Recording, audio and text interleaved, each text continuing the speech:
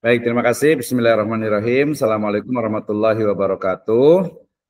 Waalaikumsalam warahmatullahi wabarakatuh. Alhamdulillahirabbil alamin wassalatu wassalamu ala asrafil anbiya wal mursalin habibana wa nabiyana Muhammadin sallallahu alaihi wasallam wa ala alihi wa ashabihi wa man tabi'ahum bi ihsanin ila yaumiddin wa ba'd. Terima kasih atas kehadirannya Bapak Sondang Edila ya.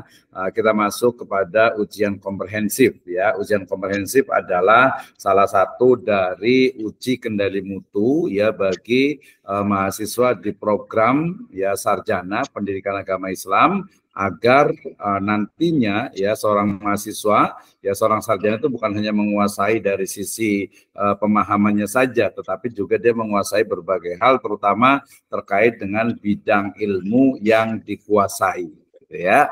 Baik, di sini saya akan menguji untuk materi yang pertama dengan yang ketiga. Ya, kita awali dengan materi yang pertama. Standar kompetensinya itu adalah mahasiswa itu memahami dasar-dasar ilmu keislaman, gitu ya. Yang dalam ini adalah studinya, rumpun ilmunya adalah studi Islam atau Islamic Studies, gitu ya. Materi pokoknya ada studi Al-Quran dan Hadis tentang ilmu pendidikan dasar, fikih dan usul fikih, kemudian ilmu pendidikan Islam. Baik. Kita mulai yang pertama, yaitu menulis dan membaca hafal surat pendek juz amma. Baik, untuk pertama silahkan untuk Bapak Sondang ya, Bapak Sondang untuk membacakan ayat Al-Quran, terutama ini adalah juz amma ya. Yang hafal misalnya, saya ingin dengar suratnya jangan terlalu panjang lah ya, yang di surat Al-Fajr saja. Boleh hafal surat Al-Fajr ya? Insyaallah Ustaz. Ya, baik, silakan dibaca surat Al-Fajr sebentar. A'udzu billahi minasy syaithanir rajim. Bismillahirrahmanirrahim. Wal fajr walayalin ashr wasyaf'i wal watr wal laili idza yasr. Hal fi dzalika qasamul lidhi hijr. Alam tara kaifa fa'ala rabbuka bi'ad. Irama dhatil imad. Allati lam yukhlaq mithluha fil bilad. Wa thamudal ladzina jabu as-sakhra bil wad. Alladzina taghaw fil bilad. Fa'aktsaru fiha al-fasad. Fasabba alaihim rabbuka sawta adab. Inna rabbaka labil mirsad. Fa'ammal insanu idza mabtalahu faqadara alaihi rizqahu fayaqulu rabbi akraman. Wa amma idza mabtalahu faqadara alaihi rizqahu fayaqulu rabbi ahanan. Kalla bal la tukrimunal yatim wa la tahadduna ala ta'amil miskin wa ta'kuluna turata lamma wa tuhibbunal mala hubban jamma. Kalla idza dukkatil ardu dakkan dakka wa jaa rabbuka wal malaku saffan saffa. Waji'a yawma idzin bi jahannam. Yawma idzi yatadakkarul insanu wa anna lahu dzikra. Yaqulu ya laitani qaddamtu li hayati. Fayawma idzil la yu'adzibu 'adzabahu ahad. Wala yutiqu wathaqahu ahad. Ya ayyatuhan nafsul mutmainnah irji'i ila rabbiki radiyatan mardiyah fadkhuli fi ibadi wadkhuli jannati. Shadaqallahul azim. Alhamdulillah. Alhamdulillah. Jazakallah khairan, Sadede, Ustaz Sondang atas bacaannya. Iya. Kemudian yang kedua yaitu pernah mendengar atau tahu, coba sebutkan satu saja ayat Al-Quran terkait dengan pendidikan. Dan juga nanti ada hadisnya, silakan. Tentang pendidikan Ustadz ya. Ya, ayat ayat keberapa kemudian dibaca. Paling anak yang sering dengar kajian tuh surat At-Tahrim Ustadz. Oke, Ayat silakan dibaca ke-6. surat Tahrim. Ya, boleh. A'udzubillahi minasyaitonirrajim. Ya ayyuhalladzina amanu qu anfusakum wa ahlikum naro. Jadi uh, uh, kita Artinya, dianjurkan untuk peliharalah dirimu dan keluargamu dari api neraka, dan yang bahan bakarnya dari manusia dan batu. Nah, kenapa mengambil ayat ini, karena wajib bagi kita untuk agar tidak kena api neraka ya, kita wajib mempelajari ilmunya agar tidak salah gitu Ustaz, dan mengajarkan kepada keluarga kita juga gitu Ustaz. Berarti konteks pendidikannya itu adalah mengajarkan ya. Jadi tafsirnya itu adalah adibu gitu ya. Jadi ku anfusakum wa ahlikum naro itu adalah jagalah keluargamu, jagalah dirimu dan keluargamu dari api neraka. Artinya didiklah dirimu juga dan juga didiklah dari keluargamu ya dengan kewajiban-kewajiban syariat Islam. Oke. Yang kedua, hadis, ada yang hafal nggak nih hadis tentang pendidikan? Kalau hadis yang diingat aja tentang pendidikan, tentang ilmu ya, atau mungkin tentang kewajiban menuntut ilmu gitu. Nah, paling hadis tentang menuntut ilmu, kalau khairukum man ta'allamal Qur'ana wa 'allamah. Saya rasa itu artinya apa? Sebaik-baik kalian adalah orang yang mempelajari Al-Qur'an dan mengajarkannya. Lalu ada hadis lagi, man salaka thoriqan yaltamis fihi ilman sahalallahu lahu thoriqan ilal jannah. Barang siapa yang menuntut ilmu, pergi ke majelis ilmu dalam rangka menuntut ilmu, maka Allah akan mudahkan dirinya masuk ke dalam surga insyaallah. Oke ya, dalam hal ini berarti terkait dengan ini ya. Jadi talabul ilmi itu salah satu ya dari jalan ke surga gitu ya. Oke, terima kasih. Kemudian yang berikutnya yaitu terkait dengan ayat dan hadis tentang kewajiban di dalam Islam nih.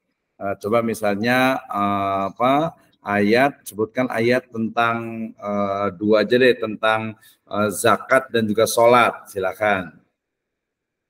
Yang diingat saja. Ayat ya, tadi ya. Iya, ayat Al-Quran, dan juga nanti ditambah dengan hadis juga tentang sholat dan zakat, silakan. Ana ambil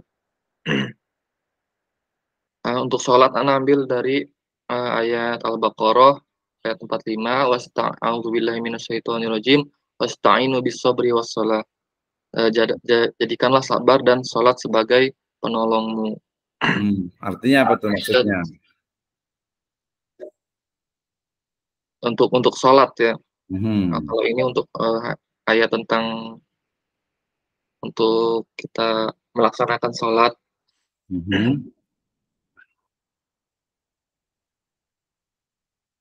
Itu tentang sholat ya. Kalau tentang zakat? Nah, masih dari Al-Baqarah juga, wa aqimus sholata wa atuz zakata warka'u ma'ar raki'in. Artinya, dan laksanakanlah sholat, tunaikanlah zakat, dan rukulah bersama orang-orang yang ruku. Quran surat Al-Baqarah ayat ke-43. Oke, baik. Kalau hadisnya nih tentang zakat dan sholat. Hadisnya yang ana ambil, yang Islam terbagi dibangun atas 5 perkara, Ustaz. Oke, bahasa Arabnya kayak gimana? Hafal nggak? Banil Islamu ala khamsin. Syahadatu an la ilaha illallah wa anna Muhammadan abduhu wa rasuluh wa aqimus salata wa ita'uz zakata wal hajj bal baiti wa shaumu ramadhana muttafaqun alaih. Hadis riwayat Bukhari, Ustaz. Artinya apa di situ? Islam itu dibangun atas 5 perkara: bersaksi bahwa tiada Tuhan selain Allah, bahwa Muhammad adalah utusan Allah, mendirikan sholat, menunaikan zakat, berhaji ke Baitullah, dan berpuasa di bulan Ramadan. Oke, ya. Oke, baik, terima kasih. Pertanyaan berikutnya yaitu tentang ini dulu nih, tentang kalau tentang puasa nih, udah mau puasa, ayat dan hadisnya. Tarik ayatnya coba. Ayat tentang puasa. Tentang puasa.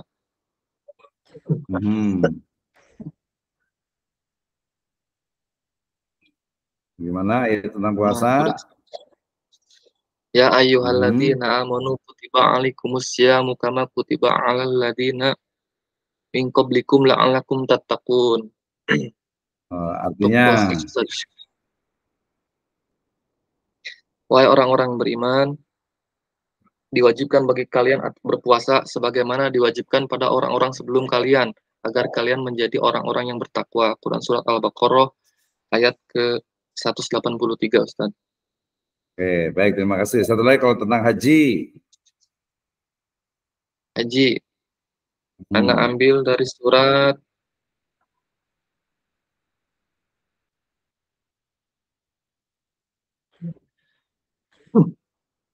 Wa'adin finnasi bil haji ya'tuka rijalan wa ala kulli dhamirin yu'tina min kulli fajji' Amin. Nah, Ustaz. Artinya? Dan berserulah kepada manusia untuk mengerjakan haji, niscaya mereka akan datang kepadamu dengan berjalan kaki dan mengendarai unta yang datang dari segala penjuru yang jauh. Baik, terima kasih. Ya. Oke, itu adalah untuk ini yang di sesi pertama. Kita langsung loncat ke sesi 3, yaitu di keilmuan di MTS, SMP, SMA dan seterusnya. Coba jelaskan tentang apa sih sebenarnya mata pelajaran apa yang dipelajari ruang lingkupnya di pendidikan agama Islam di SMP dan SMA. Silakan. Yang berdasarkan Kementerian Agama. Kementerian Agama, Ustaz. Yang anak lihat lebih untuk MTS, SMP tingkat menengah pertama ya. Sama dengan SMA sih sama sebenarnya. Menengah atas juga ya, Ustaz ya. Dia lebih ke lebih fokus lagi, seperti kalau di sekolah dasar kan lebih umum ya, Ustaz ya. Betul. Kalau di menengah pertama dan menengah atas tuh lebih fokus lagi fikih, akidah akhlak, dan ada SSKI gitu. Pernah mengajar atau apa waktu di PAI atau SMP sama SMA MTS Alia? Belum Ustaz. Belum ya, tapi tahu ya mata pelajarannya itu ada akidah akhlak, kemudian Quran hadis, kemudian itu tahu ya. Oke, kemudian yang berikutnya kalau misalnya sekarang nih ada ilmu dasar Islam itu kan yang pertama itu akidah akhlak nih ya, akidah akhlak. Nah, akidah akhlak itu sebenarnya konsep ilmunya itu seperti apa sebenarnya nih? Akidah akhlak ini. Akidah akhlak. Akidah setahu anak keyakinan, Ustaz ya. Ya, oke, terus? Keyakinan akhlak ya untuk muamalah kita sehari-hari.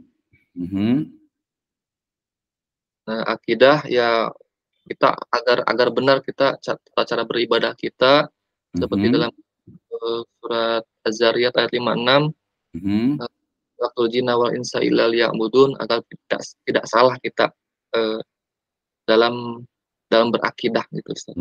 Oke. Ya kalau umpamanya keilmuan ini Quran hadis, kira-kira apa tuh yang dipelajari? Quran hadis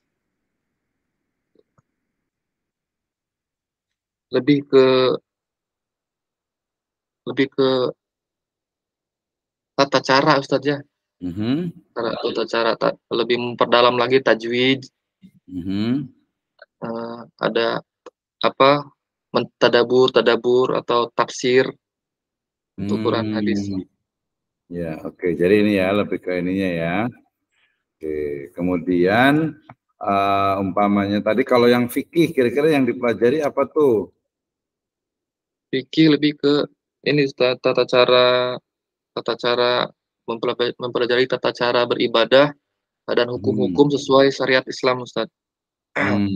Itu fikih ya. Kira-kira yang dipelajari untuk anak MTS, untuk SMP dengan SMA apa nih untuk fikihnya ini?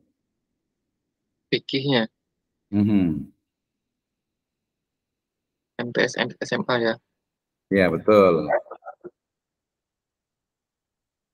Tata cara sholat sunnah Ustaz ya. Sholat sunnah ya. Sholat wajibnya udah bisa kira-kira. Sholat wajib juga.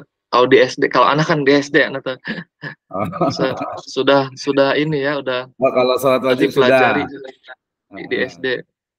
Sholat wajib sudah ya, berarti tinggal sholat sunnahnya berarti yang SMP SMA ya. Sholat haji, pelaksanaan haji, umroh gitu. Beriman kepada hari akhir gitu. Tapi kalau itu mah udah ke akidah berarti, iman ke hari akhir mah. Ini kan ke fikih, jadi disiplin ilmunya. Iya, jadi fikih itu tentang ibadah. Oke, yang terakhir, jadi menganalisis teori konsep yang terdapat dalam keilmuan keislaman. Jadi apa nih ide gagasan dari Pak Ustadz Sondang Idila ini terkait dengan pembelajaran PAI di SMP dengan SMA, MTS dengan Alia? Ide gagasannya apa? Silakan jelaskan dalam 2 menit. Kritik, saran, dan sebagainya. Ya, betul. Kepada yang sudah ada atau? Yang sudah ada sekarang dikritik, kalau dikasih masukan pengembangannya seperti apa? Pengembangan. Kalau Ana lihat ya, khususnya di tempat Ana ya, untuk tingkat MTS dan SMA ya, apalagi anak-anak itu kan sudah mulai remaja ya, udah mulai banyak ingin tahu, apalagi dengan gadget sekarang itu, Masya Allah, yang sangat masif sekali tontonan-tontonan yang luar biasa, yang kadang tidak terkontrol kadang sama orang tua gitu. Jadi PR kita itu ya benar, pendidikan untuk di guru dan di rumah, terutama lebih menguatkan kembali akidah. Karena lebih ke fokus ke akidah, keyakinan mereka, agar ketika akidah itu sudah kuat, mereka tahu untuk apa mereka diciptakan. Mereka insya Allah akan akidah yang sahihah akan melahirkan amaliyah yang sahihah aidan Ustaz. Untuk pembelajaran atau apa ya Ustaz? Kalau saran sih lebih banyak lagi metode-metode pembelajaran yang ya mungkin kita tahu kan, semakin berkembangnya zaman kadang berubah lagi. Kemarin K13, sekarang Kurmer. Nah, diharapkan kalau anak nanti sebagai guru PAI nanti, misalkan anak insya Allah akan ada metode yang istilahnya tepat sasaran lah, untuk khususnya untuk anak-anak SMP ya, dan anak SMA gitu. Sekarang sudah sangat bagus gitu ya. Maksudnya lebih difokuskan kembali ke akidah si anaknya gitu.